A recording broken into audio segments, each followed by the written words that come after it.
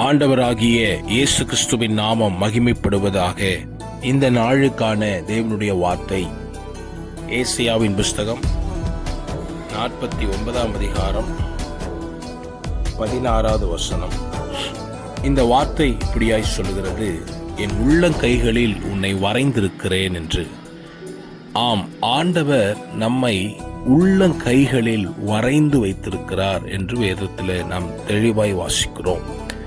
நிறைய பேர் யோசிப்பார்கள், என்னுடைய தலையெழுத்து எப்படி இருக்குமோ, என்னுடைய வாழ்க்கை எப்படி இருக்குமோ என்று சிந்திக்கிற அநேகர் உண்டு.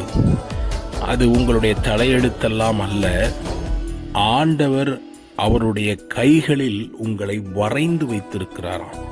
நீங்கள் எப்படி இருக்க வேண்டும், எப்படி பயன்பட வேண்டும், எப்படி உருவாக்கப்பட வேண்டும் என்று சொல்லி எல்லாவற்றையும் ஆண்டவர் முன்பதாகவே வரைந்து வைத்திருக்கிறார்.